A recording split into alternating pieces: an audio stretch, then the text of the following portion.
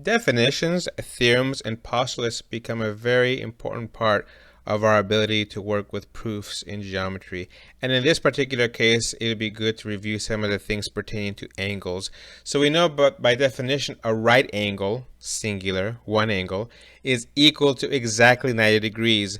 And a symbol for that is perpendicular with a little square. We say that angles are complementary. Two angles are complementary to each other if they add up to 90 degrees. We also say that two angles are supplementary to each other if they add up to 180 degrees. We may not have officially called it the linear pair postulate, but we have introduced the idea. If two angles form a linear pair, then those two angles are supplements of each other. So in other words, if we're told that two angles are a linear pair, then we know that they are supplementary, and we just stated that two angles are supplements to each other if they add up to 180 degrees. Vertical angles are congruent. In this case, angle 1 and angle 2 are vertical to each other, and therefore they're congruent. Angle 3 and angle 4 are vertical to each other, and therefore they are congruent.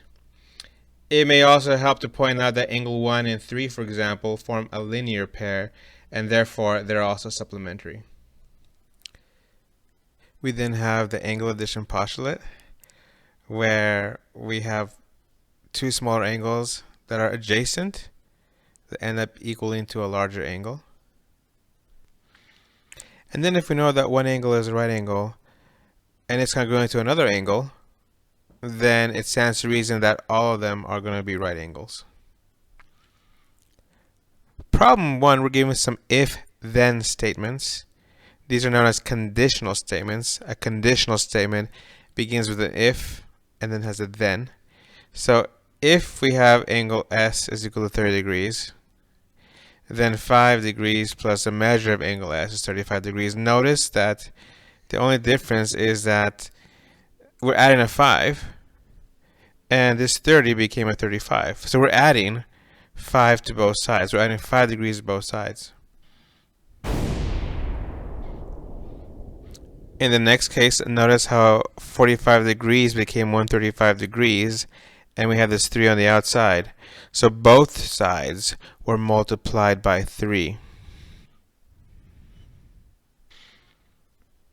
In this case, you'll notice the switching around. This has a particular order.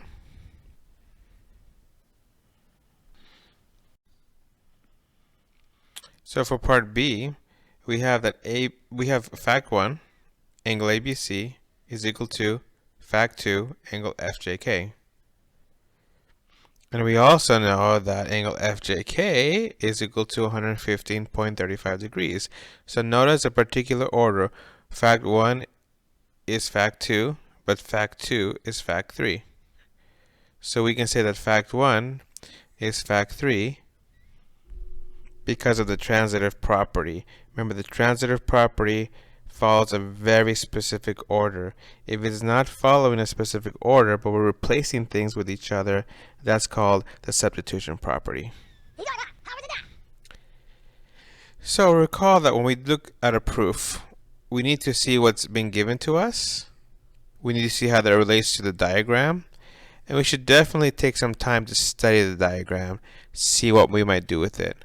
It's also wise to look at what we're going to prove. So in this case, we wish to show this relationship. Below are the actual statements for the proof, the algebraic geometric statements. Our job is to identify which property, definition, or postulate is responsible for each step. So we begin with this first statement, which was actually given to us. And that's it. For step 2, we need to be a little leery. So there is a plus. Now, when it comes to pluses, there's two options. It's either the addition property or the angle addition property in this case, because we're dealing with angles. Since addition didn't happen to both sides of the equation, it's probably angle addition postulate. So let's see how that follows through. RPQ plus RPS. Is that SPQ? Yes. So this is angle addition postulate. Now look what happens in the next step. This is the same. This is the same. This changed. RPS became RPQ. How come? Well, because we know that RPS is the same as RPQ. So we could replace it. And if we replace it, and there's no particular pattern in this case, then it's going to be the substitution property. The final step is intriguing because there's a 2. And you might think, well, shouldn't this be multiplication? Well, did we multiply this side by anything as well? If we didn't multiply both sides, it's most likely not multiplication. So the question becomes, where did this 2 come from? If you recall, we had RPQ and angle RPQ. That's 2 angle RPQs. That's 2 angle RPQs. So we simply added these 2 angles because they were like terms, they're identical. And that's the entirety of this proof. We know we're done with this proof because we showed how to get to this step right here. So in doing proofs, we're always given a given, which is information that is pertinent to starting the proof. And we're also given some diagrams. And it's very important that we use the given as a starting point for proofs. We know we're done with a proof when we reach the desired outcome. How many steps do proofs have? We don't know. Every proof is different.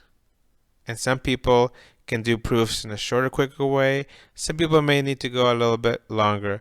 The important part is that it's logical and it flows and you know and can explain each step of the way.